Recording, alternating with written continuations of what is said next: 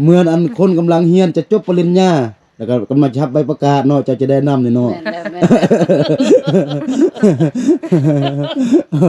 ดีใจจนว่าน้ำตาออกเลยเนาะ ไม่น้ำตาก็ไหลออกมา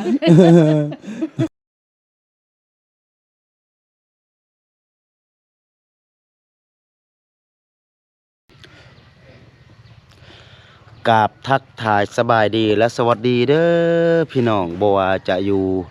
ในประเทศและต่างประเทศเนาะกะขอยินดีต้อนรับเข้าสู่ซ่องครูดอยอีกคือเก่าคือเดิมนะพี่น้อง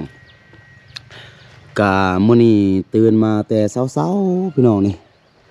ตะเวนกำลังจะขึ้นออกจากหน้าดินพี่น้องเอ้ยเนาะกะตื่นมาแต่เช้าๆเดี๋ยวนี้กะเดี๋ยวจะให้พ่อแม่พี่น้องได้เบิ่ง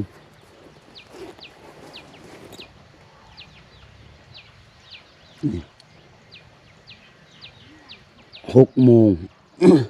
37 นาทีพี่น้องเลยเนาะตอนนี้ครูดอยอยู่ที่บ้านของเอื้อยแพ้วพี่น้องเลยเนาะซึ่งว่าเป็นหมู่บ้านแกนคำเมืองพร้าวดมแขวงบ่อแก้วพี่น้องเลยเนาะซึ่งว่ามื้อนี้ตื่นมาแต่เช้าๆแล้วก็ครูดอยได้ติดต่อหาคนเวียดพี่น้องเนาะแล้วก็คนเวียดก็มื้อนี้คนเวียดก็พอดีว่างแล้วก็โทรหาครูดอยเนาะแล้วก็พากันมาเบิ่งอยู่นี่พี่น้องเนาะครูดอยพาคนเวียดมาเบิ่งบอนที่ว่าจะเจาะนำมาดานให้กับเอื้อยแพ้วพี่น้องเนาะแต่ว่าเดี๋ยวนี้แหละแม่นคนเวียดกลับไปแล้วเพราะว่าครูดอยกับคนเวียดมาเบิ่งกะบอนจะเจาะกะประมาณบอนนี้พี่น้องเนาะเพราะว่าถ้าจะเจาะทางนั้นก็คือมันมอคุมห้องน้ำพี่น้องเนาะแล้วก็ครูดอยก็เปลี่ยนให้มาเจาะอยู่แถวนี้นี่แหละเนาะนี่ประมาณแถวนี้มันเป็นอยู่หน้าเฮือนแล้วก็มันบ่ไกลจากเฮือนสมมุติว่าเราจะเจาะบอนพุ่นบนไก่พุ่นพี่น้องแล้วก็มันบ่ปลอดภัยสำหรับใดน้ำพี่น้องเนาะเพราะว่าอยู่บ้านของเอ้ยเพี้ยวนี่ก็คือคนขี้รักนี่หลายสุดพี่น้องเอ้ย ต้องขอโทษขออภัยนะพี่น้องอาจจะได้ยินเสียงครูดอยไอ ก็คือครูดอยบ่ค่อยสำบายบันไดพี่น้องเนาะได้หลายมือหลายวันเติบแต่ว่ากะบ่ไอหลายพี่น้องเนาะ จะเจาะอยู่พุ่นกับยานตอนที่ว่าเอ้ยแพ้วเพิ่นบ่อยู่หรือว่าตอนเอ้ยแพ้วเพิ่นนอนพี่น้องเนาะแล้วก็ยานสิมีคนมาลักไดน้ำเพราะว่ามันเคยมีแบบนั้นเนาะนี่ก็เลยว่าจะมาเจาะอยู่โมนี่เนาะแล้วก็จะต่อท่อน้ำไปอยู่ที่ห้องน้ำพุ่นเลยพี่น้องเอ้ยเนาะกะปัญหาเดี๋ยวนี้ที่คนเวียดเพิ่นว่าถ้ามาเจาะนี่ก็คือมันอยู่บนสูงพี่น้องแล้วก็อยู่เฮือนของเอ้ยแพ้วนี่ก็คือบ่มีน้ำพี่น้องคนเวียดบอกว่าเดี๋ยวนี้หันมันลำบากที่ว่าจะมาเจาะหันมันบ่มีน้ำที่ว่าจะมารอเลี้ยงตอนที่ว่าเจาะหันเพราะว่าตอนที่ว่าเจาะหันต้องใส่น้ำมารอเลี้ยงแล้วก็ต้องดูดขี้ฝุ่นที่ว่าเจาะหันออกมาพี่น้อยเนาะแล้วก็คนเวียดบอกว่ามันลำบากมันบ่มีน้ำแล้วก็ครูดอยถามว่ามื้อนึงนี่ต้องใส่น้ำลายปานใดเนาะแล้วก็คนเวียดบอกว่าถ้าเป็นลำรถเทน่านี่น่าจะประมาณ4 คันรถพี่น้องเนาะน่าจะเป็น4 เที่ยวแบบนี้นะครูดอยก็ยังคิดยากอยู่ว่าจะได้นำทางใดมาให้เพิ่นเจาะนะเนาะก็เดี๋ยวนี้ครูดอยกับคนเวียดก็ลมราคากันตกลงเป็นที่เฮียบห้อยพี่น้องเอ๋ยเนาะเพราะว่าบนนี้มันอาจจะแพงน้อยนึงเพราะว่ามันอยู่บนสูงเนาะนี่เดี๋ยวเราไปหาเอ้ยแพ้ว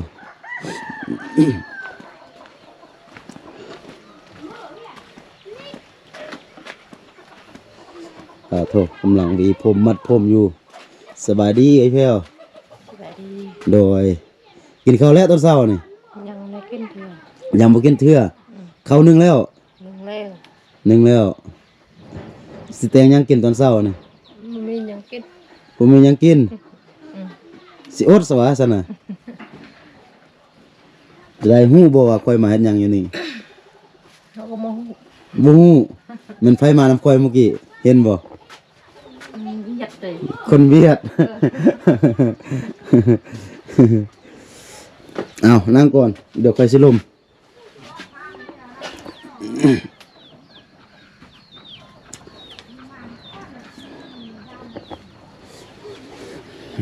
นี่ เดี๋ยวนี้หั่นคอยพาคนเวียด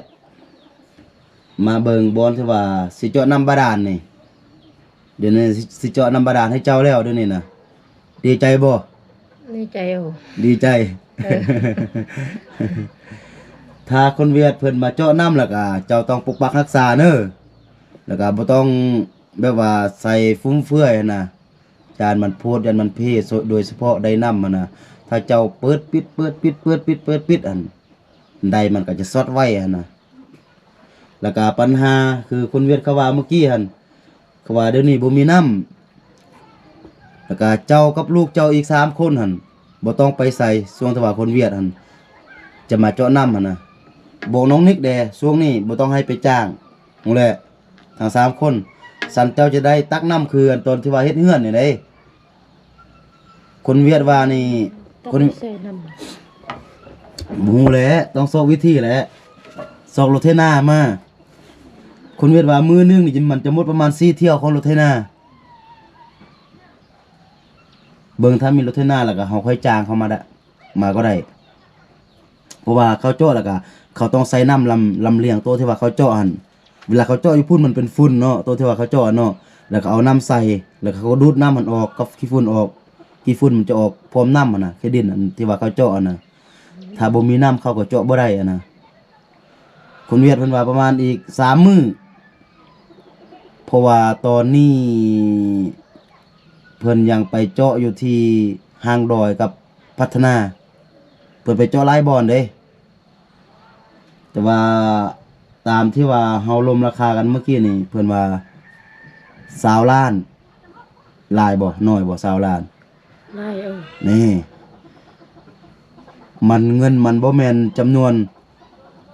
น้อยๆมันเป็นจำนวนหลายฉะนั้นถ้าเจ้าได้ล่ะก็เจ้าต้องรักษาให้มันดีหั้นนะ เลยมิดปอกรีปอกรีดิไม่ถูก ก็รอเบิ่งอีก 2-3 มื้อพุ่นแหละเพิ่นจะมาเน้อ เลย ก็เจ้าก็บ่ต้องไปใส่ช่วงนี้นะอีก 2-3 มื้อแต่ว่าช่วงมื้อหนึง2 มื้อนี่ไปก็ได้บนเจาะเฮาเจาะบ่นี่เนาะนี่บนนี่นี่ตัวหน้านี่ เจาะมันนี่ เจาะบันได chỗ thức ngày lúc đó thì เจาะบนนี่บ่เจาะบนนี่ตัวหน้านี่เจ้าอยากเฮ็ดฮอเฮ็ดเฮือนนี่เจ้าจิต่อมาทางนี้เจาะแต่เจ้าต้องเจาะแคมแดนตัวนี้เวลาต่อหน้านี่สมมุติว่าน้องนิกน้องเนี่ยน้องนดเขาอยากได้เฮือนนี่เขาก็ขยายเฮือนมาพี่ theo cho ra cái này ấy นั่นคือโน่เลย cái nổ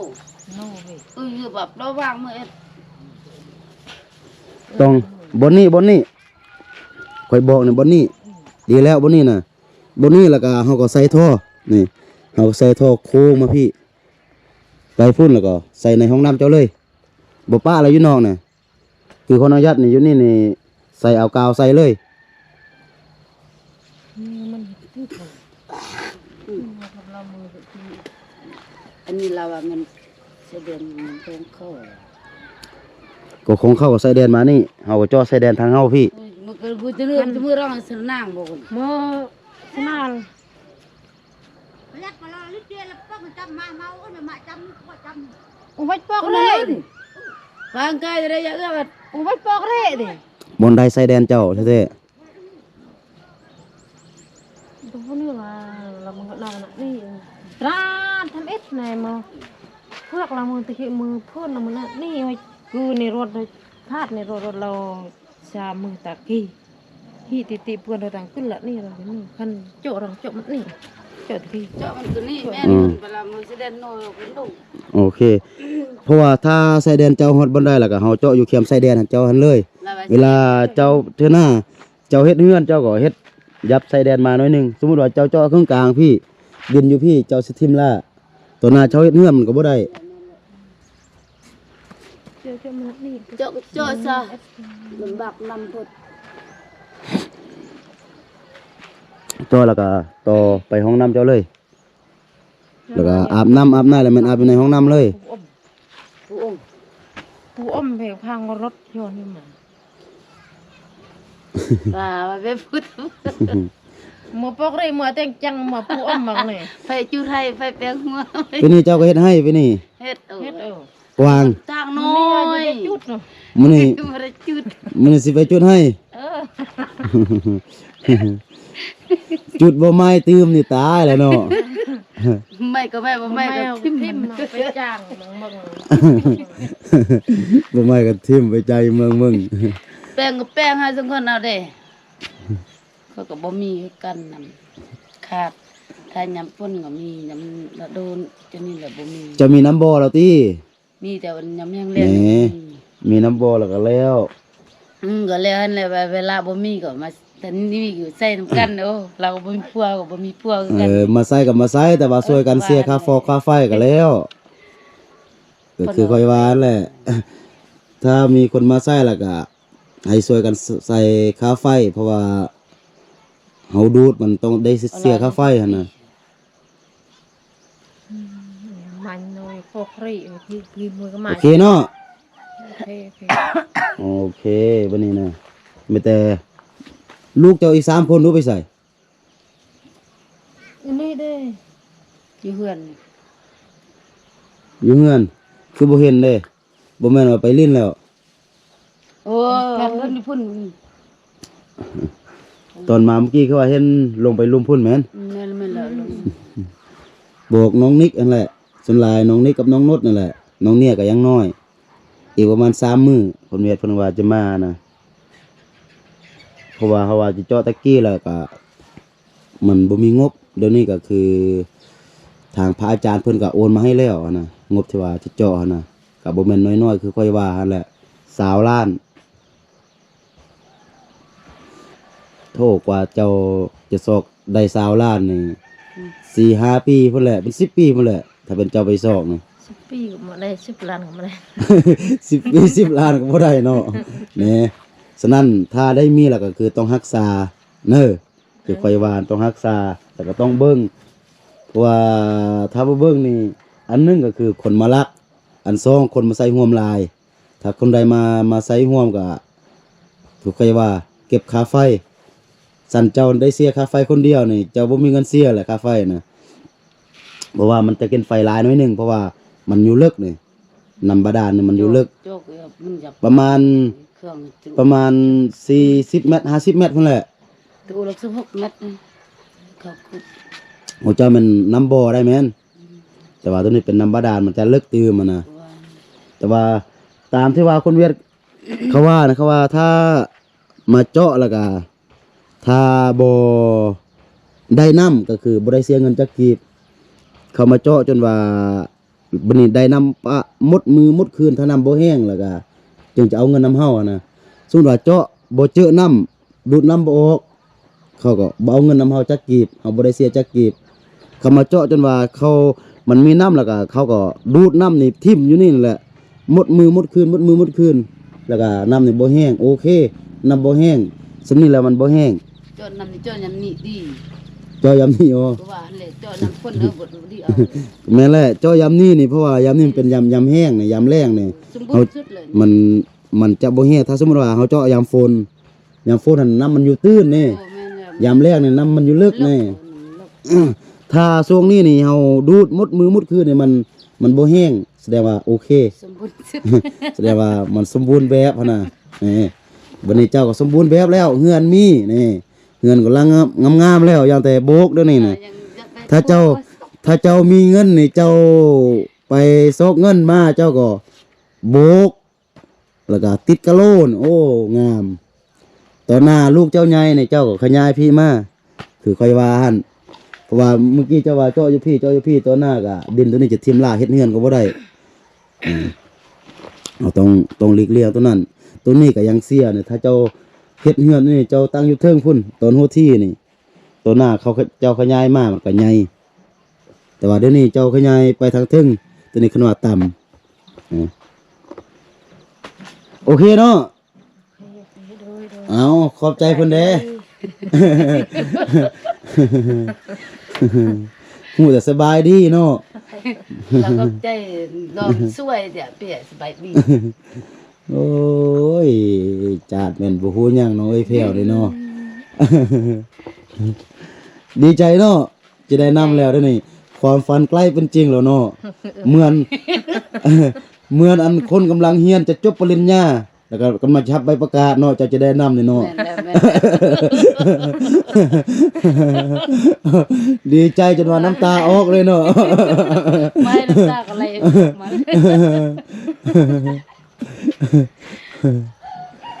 โอเคได้นี่นะ อมสมัย โอเคพี่น้องเนาะ ลือยังมาแล้วเกิ กะเริ่มจะเป็นหูเป็นห้างแล้วพี่น้องเนาะกะได้มาคุยตกราคาตกลงราคานำคนเวียดเป็นที่เรียบร้อยพี่น้องเนาะกะราคาก็อยู่ที่20 ล้านกีบเนาะคือจะแพงน้อยนึงพี่น้องเพราะว่าคนเวียดว่าอยู่นี่มันสูงแล้วก็มันเจาะมันจะลึกน้อยนึงมันจึงจะเจอน้ำมันนะพี่น้องเนาะก็เลยตกลงกันอยู่ที่20 ล้านกีบเนาะแต่ว่าครูดอยคอก็ลุดตึกสำนันพี่น้องลุดตึกแต่20 ล้านกีบก็ลุด20 ล้านกีบบ่ได้เนาะก็คือครูดอยได้ว่าในเบื้องต้นนั่นแหละเนาะว่าเจาะน้ำนี่มันต้องใส่น้ำล้อเลี้ยงที่ว่าจะดูดขี้ดินตัวที่ว่าคนเวียดเจาะหั่นแต่ว่าปัญหาของเฮามันบ่มีน้ำเดี๋ยวนี้นะเนาะแล้วก็เรื่องการเจาะแล้วแม่นคนเวียดว่าอีกประมาณ2 มื้อหรือว่า3 มื้อเพิ่นจะมาเจาะให้เพราะว่าตอนนี้เพิ่นไปเจาะอยู่บ้านห้างดอยกับบ้านพัฒนาพี่น้องเนาะบ้านเมียงพัฒนาแล้วก็ครูดอยกับคนเวียดก็ได้ตกลงกันก็คือถ้าหากว่าเจาะน้ำแล้วก็มันบ่เจอน้ำนะพี่น้องสมมุติว่าเจาะบนนี้ลงมาฮอด40 เมตร50 เมตรเนาะหรือว่าฮอด100 เมตรก็อย่าพี่น้องแล้วก็มันบ่เจอน้ำมันบ่มีน้ำก็คือคนเวียดก็จะบ่เอาเงินจักกีบเนาะถ้าหากว่าเจาะแล้วก็ ต้องขอโทษขออภัยนะพี่น้องครูรอยเป็นมัดแล้วก็เป็นไอแดนน่ะเนาะถ้าหากว่าเจาะแล้วก็เจอน้ำแล้วก็บัดนี้เฮาได้น้ำมาแล้วก็หมดมือหมดคืนได้น้ำทิ่มย้อนแล้วหมดมือหมดคืนแล้วก็น้ำมันบ่แห้งก็ถือว่าโอเคแล้วก็คนเวียดจึงจะเอาเงินน้ำเฮานะพี่น้องเนาะก็จะประมาณนี้พี่น้องสำหรับมื้อนี้ก็บ่มีหยังหลายเนาะแต่ว่าเมื่อกี้ครูรอยก็บ่ได้ถ่ายคนเวียดให้พ่อแม่พี่น้องได้เบิ่งเนาะคนเวียดที่ว่ามาเบิ่งบอลที่ว่าเจาะนำครูดอยนี่พี่น้องเนาะเพราะว่าครูดอยก็ยังบ่ได้ถามเพิ่นเทื่อว่าเพิ่นจะอนุญาตให้ถ่ายหรือบ่นะเพิ่นก็มาเบิ่งซื่อๆนะฮอดเวลาที่ว่ามาเจาะแท้ๆแล้วก็ครูดอยค่อยถ่ายให้พ่อแม่พี่น้องได้เบิ่งว่าแม่นไผที่ว่ามาเจาะน่ะเนาะโอเคเนาะสำหรับคลิปนี้นี่ก็จะประมาณนี้พี่น้องเอ้ยเนาะก็สุดท้ายก็ขออวยไสให้พรเนาะให้หมดทุกคนเนาะโดยเฉพาะผู้ใหญ่ใจบุญของเฮาพี่น้องเอ้ยเนาะที่ว่าออกทุนออกฮ้อนที่ว่าจะเจาะนำบาดาลให้กับเอื้อยแพ้วเนาะก็คือพระอาจารย์มหาจะรุ่นอยู่ทางฝั่งไทยพี่น้องเนาะก็ขอให้เพิ่นจงอยู่ดีมีแห้งเนาะอยู่ดีมีสุขเนาะคิดสิ่งใดปรารถนาสิ่งใดก็ขอให้สมดังใจปรารถนาเนาะอายุยืนยาวอยู่ฮอด100 วันพันพรรษาพี่น้องเนาะสาธุเนาะสำหรับคลิปนี้ก็อาจจะประมาณนี้ก่อนแล้วก็ค่อยพบกันในคลิปต่อไปส่วนจะเป็นคลิปใดอยู่ไสก็อย่าลืมเข้ามาให้กำลังใจกันคือเก่าคือเดิมเนาะสำหรับคลิปนี้ครูดอยต้องกล่าวคำว่าสบายดี